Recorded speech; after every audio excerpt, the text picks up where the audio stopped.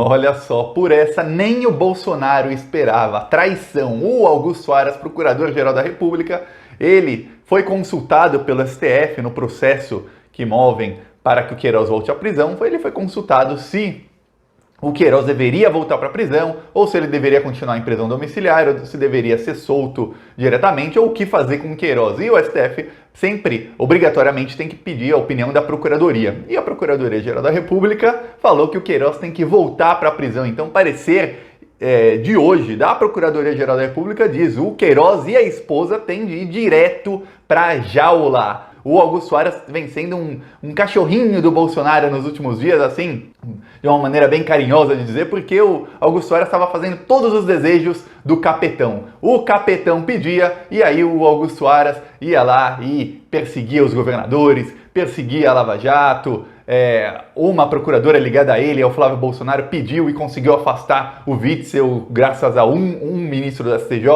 Aí o STJ já decidiu para afastar o Witzel com a Procuradoria-Geral da República, dizendo que tem que ser afastado. Aí hoje, algumas horas atrás, eles pediram a prisão do Witzel, a Procuradoria-Geral da República, que é a prisão do Witzel. Então, até então, o Augusto Aras estava fazendo tudo que o Bolsonaro queria que ele fizesse. Aí ele vai lá e fala, não, mas espera aí, o Queiroz também tem que voltar para a jaula. E aí a coisa ficou feia, deve estar muito feia em Brasília. O Bolsonaro já tem uma nova dor de cabeça. Eu digo nova porque ele já estava com uma dor de cabeça. Eu falei nos últimos dias, o Bolsonaro voltou a atacar repórteres, não porque ele quer se mostrar para o gado dele, não. Ele voltou a atacar repórteres porque ele está muito estressado, porque uma investigação contra o Ossef está caminhando rapidamente e até o que o Bolsonaro consiga, se é que vai conseguir, mudar o procurador de justiça do Rio de Janeiro, que vai ser o chefe de todas as investigações no Rio de Janeiro, que será em dezembro essa nova escolha, e quem escolhe é o governador do estado e o atual vice-governador, que não foi afastado pelo STJ, então claro que ele vai escolher um bolsonarista.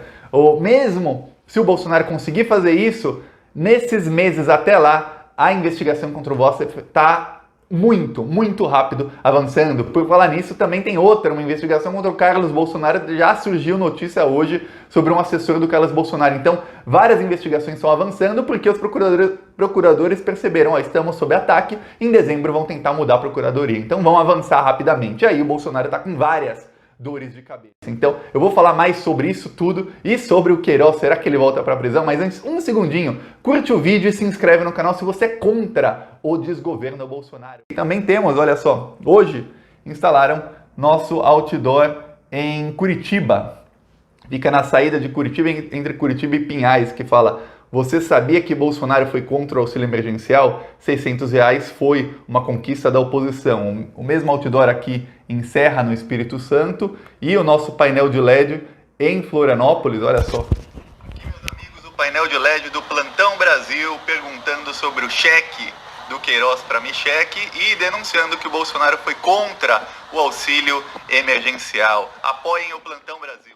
O STF tem processos lá que pedem a volta do Queiroz para a prisão, e a primeira instância dos procuradores do Rio de Janeiro, os procuradores de primeira instância, eles pediram para o Queiroz voltar para a prisão, mas eles perderam o prazo. Por que perderam o prazo? Porque uma procuradora aliada do Flávio Bolsonaro, a Lindora, que é a mesma procuradora que pediu o afastamento do Witzel, sabe o que ela fez? Ela clicou no processo, e quando ela clica para acessar o processo, começa a contar o prazo para que os procuradores apresentassem algum recurso, para que o processo do Queiroz voltasse para a primeira instância. E aí sabe o que aconteceu? Como ela clicou e não avisou a ninguém, num belo dia à noite, o prazo contou, e aí eles perderam um dia, e por conta disso eles perderam o prazo, e aí tá uma briga danada para saber se isso foi armação ou não. Ela fez isso e por conta desse erro dela, eles perderam o prazo, mas no STF o Gilmar Mendes tem alguns pedidos sobre o Queiroz nas mãos deles.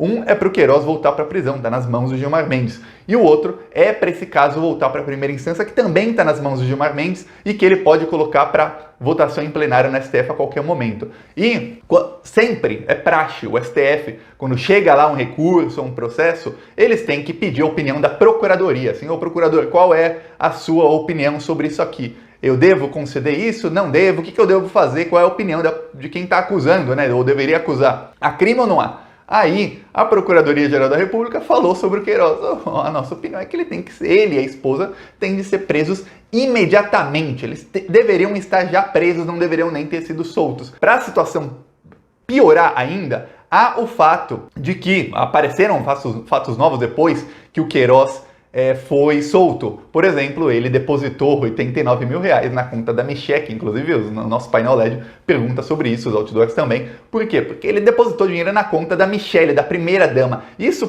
começa a comprovar uma coisa que eu venho falando aqui há muito tempo. A finalidade do dinheiro roubado das rachadinhas era Jair Bolsonaro e família. Por quê? Porque o Queiroz pegava o dinheiro e aí ele fazia o quê? Ele pagava despesas do Flávio, muito provavelmente pagava despesas de outros membros do clã, da família, e ele depositava esse dinheiro na conta de outras pessoas, como por exemplo da Michelle, por cheques, ou ele comprava alguma coisa e pagava para eles, ou ele dava em dinheiro vivo, porque o Queiroz sacava, ele movimentava muito dinheiro vivo. O Carlos Bolsonaro tem um assessor que também foi assessor do Flávio por muitos anos, e que quando foi assessor do Carlos Bolsonaro, ele nunca apareceu para trabalhar na Câmara dos Vereadores do Rio de Janeiro. Ele nunca apareceu para trabalhar. E esse assessor, ele ganhou mais de 100 mil enquanto esteve trabalhando com o Carlos. Não 100 mil por mês, mas 100 mil no total. E ele sacou praticamente todo esse dinheiro. Então ele recebia o dinheiro e ele já sacava o dinheiro. E aí, olha só que coisa. Ele era assessor do Carlos, a gente não está mais falando do Flávio. E tem uma investigação que é da rachadinha do Carlos Bolsonaro e de uso de funcionários fantasmas do Carlos Bolsonaro, porque há várias denúncias de que ele usava funcionários fantasmas no gabinete dele e de que muitos deles nem sabiam que eram funcionários fantasmas. A reportagem, essa investigação começou por conta de uma reportagem da Época, a revista Época foi na casa dessas pessoas que são parentes da ex-esposa do Bolsonaro, não da mãe do Carlos e do Flávio e do Eduardo, a outra ex-esposa que veio depois. E são parentes dela, muitos, primo, prima, tio, tia e tal. E aí você pensa, pô, começaram a colocar os parentes e aí fazer uma rachadinha. Não, o negócio do Carlos não era rachadinha, o negócio do Carlos era inteirinha. Ele pegava os dados das pessoas e ele lotava essas pessoas no gabinete, quer dizer, ele contratava essas pessoas com dinheiro público, dinheiro nosso. Essas pessoas não sabiam que estavam sendo contratadas.